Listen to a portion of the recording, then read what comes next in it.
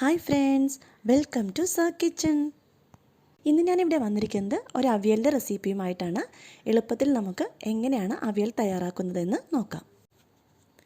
ഇതിനായിട്ട് ഞാനിവിടെ ഒരു ക്യാരറ്റും ഒരു ഉരുളക്കിഴങ്ങും പിന്നെ 5-8 ബീൻസും പച്ചക്കയുടെ ഒരു പകുതി കഷ്ണവും പിന്നെ ചെറിയൊരു കഷ്ണം മത്തങ്ങ, അതുപോലെ തന്നെ ചെറിയൊരു കഷ്ണം കുമ്പളങ്ങ, പിന്നെ ഒരു മുരിങ്ങാക്കോൽ എടുത്തിട്ടുണ്ട്. പിന്നെ വേണ്ടത് ചെറിയൊരു കഷ്ണം ചേനയും 2 വഴുതനങ്ങയും. പിന്നെ ഇതിലേക്ക് ഒരു 4 പച്ചമുളകും എടുത്തിട്ടുണ്ട്.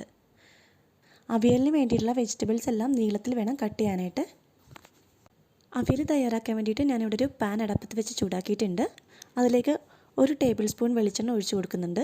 എന്നിട്ട് നമ്മൾ അരിഞ്ഞു വെച്ചേക്കുന്ന പച്ചക്കറികളെല്ലാം അതിലേക്കൊന്ന് ഇട്ട് കൊടുക്കാം.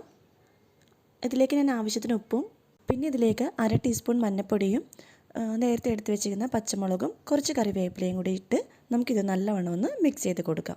എല്ലാ കഷ്ണത്തിലും മഞ്ഞൾപ്പൊടിയും വെളിച്ചെണ്ണയും ഉപ്പൊക്കെ പിടിക്കത്തക്ക വിധത്തിൽ നമുക്കിത് നല്ലവണ്ണം ഒന്ന് മിക്സ് ചെയ്ത് കൊടുക്കാം. ഇനി നമുക്കിതൊന്ന് അടച്ചു വെച്ച് വേവിക്കാൻ വെക്കാം. ലോ ടു മീഡിയം ഫ്ലെയിമിലിട്ട് വേവിക്കാം. ഞാനിതിലേക്ക് വെള്ളമൊന്നും ഒഴിച്ചു കൊടുക്കുന്നില്ല. പച്ചക്കറിയിൽ നിന്ന് ഇറങ്ങുന്ന വെള്ളം തന്നെ അതിന് മതിയാകും. ഇനി നമുക്കിതിലേക്ക് വേണ്ടിയിട്ടുള്ള അരപ്പ് തയ്യാറാക്കാം. ഇതിനായിട്ട് ഞാൻ 5 ചെറിയ ഉള്ളിയും 1/2 ടീസ്പൂൺ ചെറിയ ജീരകവും 1 കപ്പ് തേങ്ങയും 1/4 ടീസ്പൂൺ മഞ്ഞൾപ്പൊടി ഇട്ട് കൊടുത്ത് ഇതൊന്ന് ചതച്ചെടുക്കുന്നുണ്ട്. പേസ്റ്റ് പരുവത്തിലാക്കി ഇത് അരച്ചെടുക്കേണ്ട, ഒന്ന് ചതച്ചെടുത്താൽ മതി. പച്ചക്കറികളൊക്കെ ഇപ്പോൾ ആവശ്യത്തിന് ഇവിടെ വെന്തിട്ടുണ്ട്. ഇനി നമുക്കിതിലേക്ക് നേരത്തെ തയ്യാറാക്കി വെച്ചേക്കുന്ന അരപ്പ് ചേർത്ത് കൊടുക്കാം. എന്നിട്ട് ഇത് നല്ലവണ്ണം ഒന്ന് മിക്സ് ചെയ്ത് കൊടുക്കാം. പച്ചക്കറികളൊക്കെ ഉടഞ്ഞു പോകാതെ പതിയെ വേണം ഇതൊന്ന് ഇളക്കി കൊടുക്കാനായിട്ട്. ഈ അരപ്പൊന്ന് വേകുന്നതിനായി നമുക്കിതൊന്ന് അടച്ചു വെച്ച് വേവിക്കാൻ വെക്കാം. ഒരു 2-3 മിനിറ്റ് മീഡിയം ഫ്ലെയിമിലിട്ടൊന്ന് കുക്ക് ചെയ്താൽ മതി. ഇനി ഇതിലേക്ക് നമുക്ക് ഒരു 1/2 കപ്പ് തൈര് ചേർത്ത് കൊടുക്കാം.